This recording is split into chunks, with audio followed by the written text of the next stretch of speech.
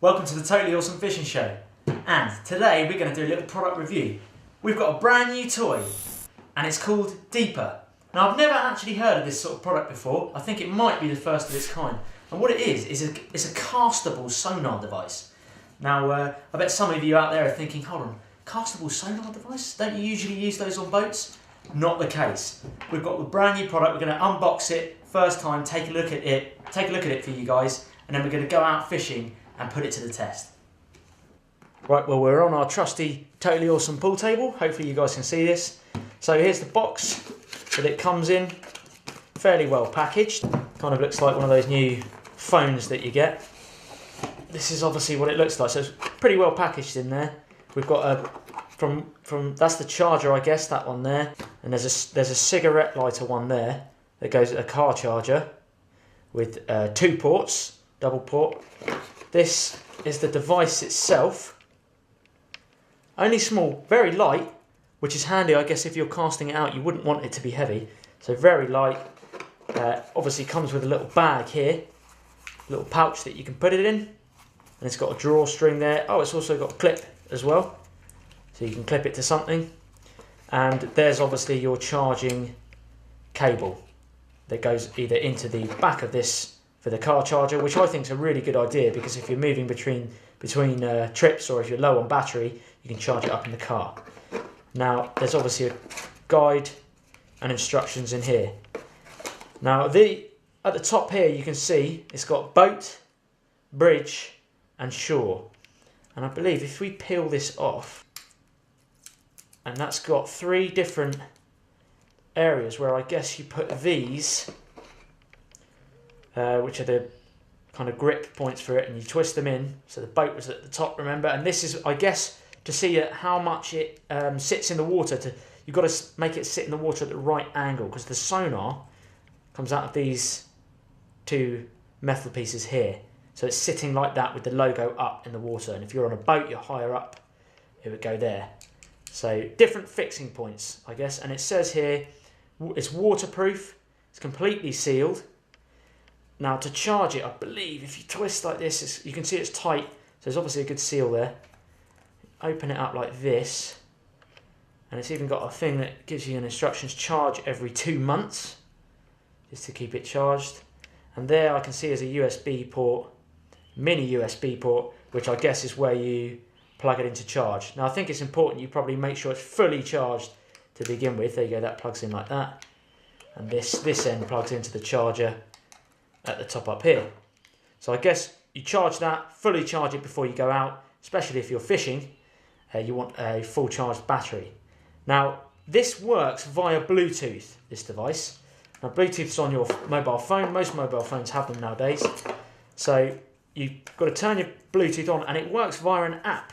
You see apps for everything nowadays, and it works via an app. So what we're going to do is we're going to fire up the app, and I believe on the app it's got a simulation that you can run. So we'll run the simulation before we go out fishing, just so we can have a little look at it and get a rough idea of how to use it, so that I'm ready to use it when I go out fishing. So let's take a look at the app. Well, I've got the app downloaded here. It's a free app downloaded from the App Store. It's called Deeper. So I click the app there. It's got a nice home screen, and it says here, Deeper was not found. Please select one of the options above. The reason why it's not found, A, I've not got my Bluetooth turned on, and B, the actual device itself doesn't turn on until you put it in the water, till it touches water, which I think is really clever, because it kind of saves battery, really. So we'll test the actual device out later, but what we can do is have a look at the simulation, because they have a simulation on the app. So I'm going over to Start over here, and this is great. If I go to Settings in the top right hand corner, up here, and then scroll down, and just at the bottom here I can see the words Run Simulation. So I'm going to press Run Simulation, and it's coming through here. I can already see depth reading 7.2 meters up here, 7 meters. Then I've got 21 degrees. It's got the Celsius, the temperature. I can hear the beeps, which are fish icons coming in here, and it's giving me the depth reading. It's pinging me the depth reading of the fish that it's located. So 4.6 meters, 4.9 meters. I can see the bottom. Now I can't quite, that beeping there is flashing up here. It looks like the depth's getting shallower, so I guess I've got a depth warning there as well when it gets shallower, which is handy if you're in a boat and you need to know when you're getting too shallow for the propellers or things like that. This is giving me a basic, it's just a simulation obviously, it's giving me a basic overline here of the depth and the contour of the bottom. What I'd like to know is the composition, and that's what's great about this, is over here there's a small kind of settings tab, and if you press that, up here you've got different settings. It's got smart imaging. I'm on the basic setting at the moment. Now it's got detailed here, so I'm going to select detailed, and instantly I can see on the sounder, look at the detail it's giving me now. I can see at the bottom there's green, which I guess is the composition of the bottom, which is weed. Now that's handy for finding areas of weed patches, or even if you're carp fishing, areas of clear patches in between weed. So if you're casting out. So that's really, really helpful there. And I can see the depths on the side. It automatically changes the depth. Big fish arch there. And looks like what could be a shoal of fish, or in with weed, floating weed up there. And the great thing is over here, if you come over here, it's got like a clock. And if you press that clock, it gives me a history. And I can scroll along here.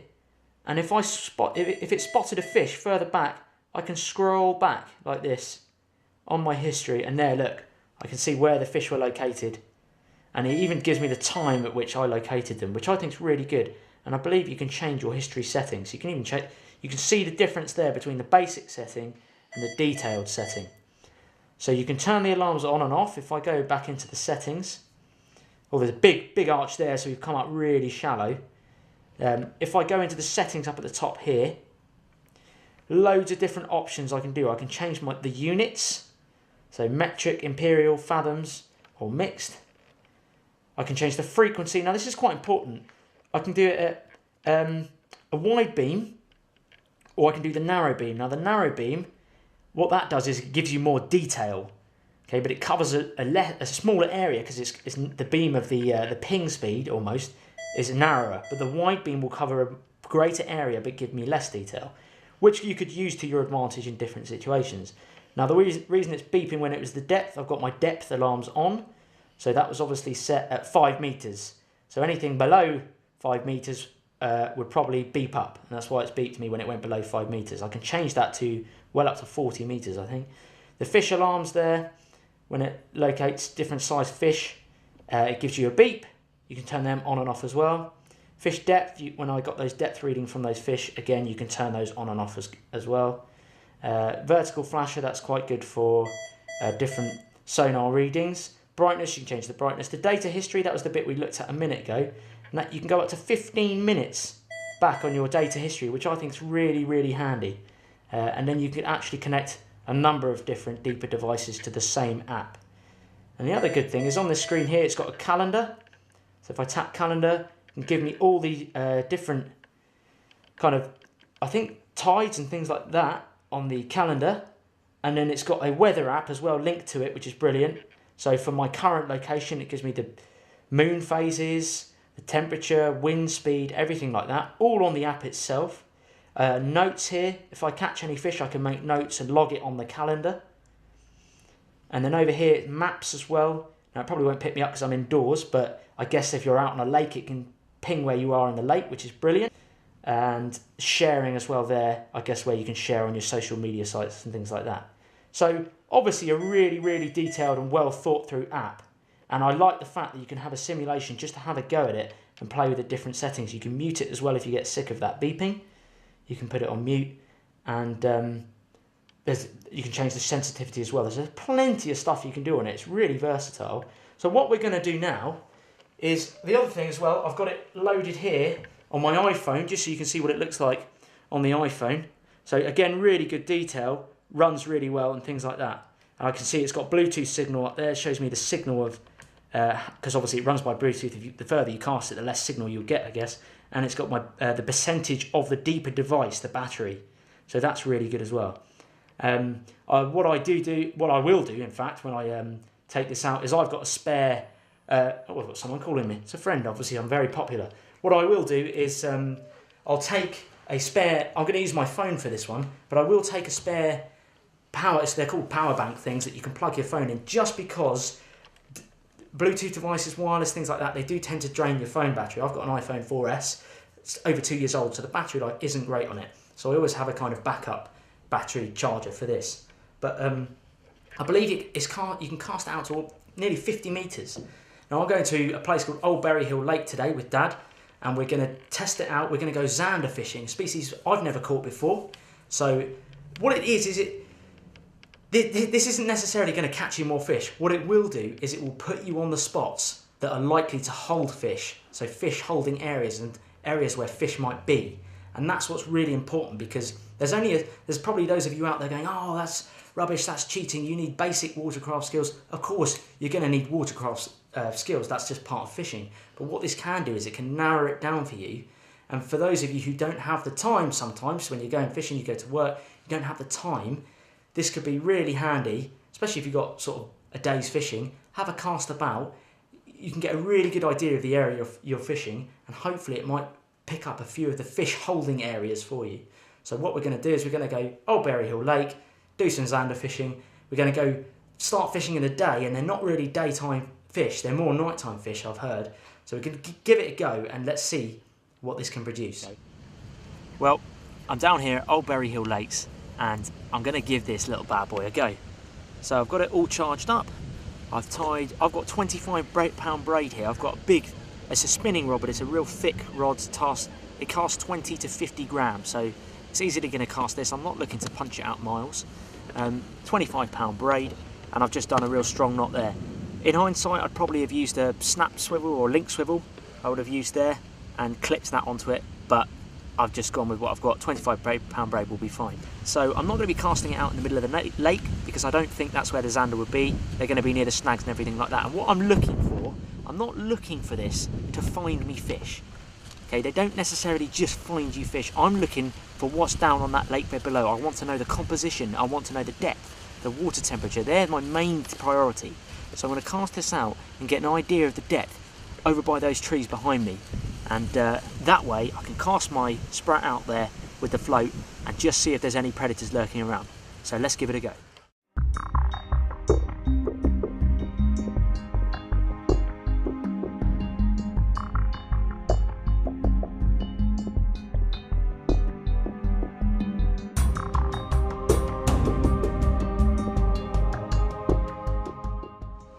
Right, well, I've cast the Deeper Fishfinder out there now, and the great thing is it actually turns itself, it kind of turns on when you cast it out, when it hits the water.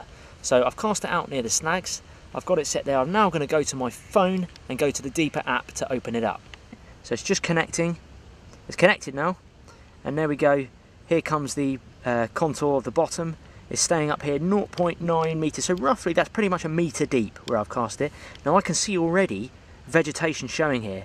I've got this on the narrow setting, so it's going to give me lots of detail, quite high frequency, and I can see there, I don't know if you can see that on the screen, but there is some vegetation going through there. So I'm not moving it, this is just scrolling over because it's floating there, this is just scrolling over the same patch. So this isn't me moving the Deeper unit out there at all, this is just exactly what it looks like under that patch where it is.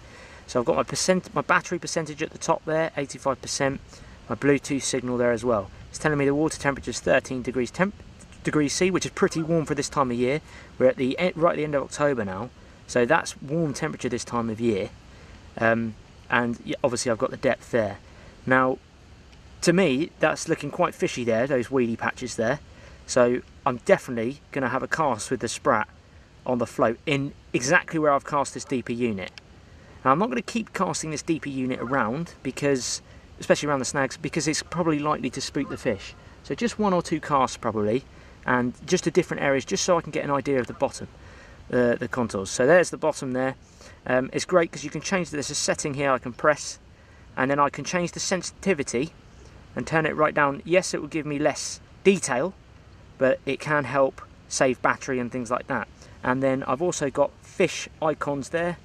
Now if fish have swim bladders, that's the way it picks them up.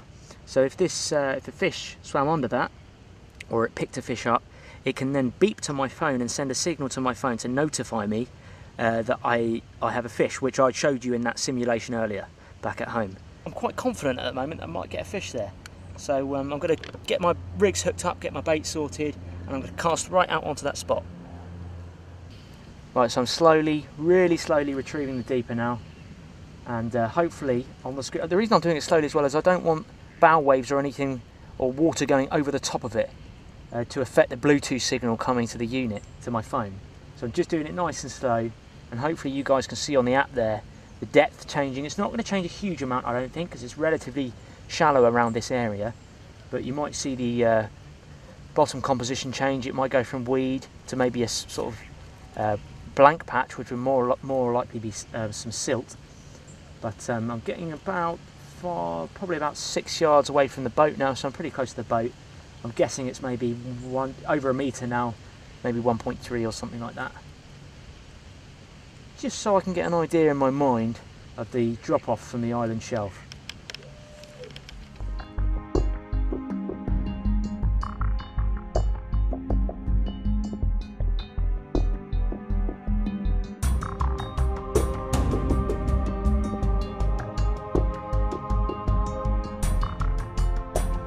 Fish on, Mike. Fish on. So Dad just tells me, I'll just take that rod there and give it a twitch. Nice and smooth, nice and smooth, nice and smooth. We don't know what it is. I don't know what it is. I don't think it's huge because it's kicking a lot, but... Just keep the pressure on him. Where's the net? We've got nothing organised. We're doing the echoes He's already here. I want to see what it is. I don't know what it is. There's the float, guys. There's the float. Something's definitely on there. What is this fish? Well, it's not a decent Could it be a Z? Well, not that easy, surely.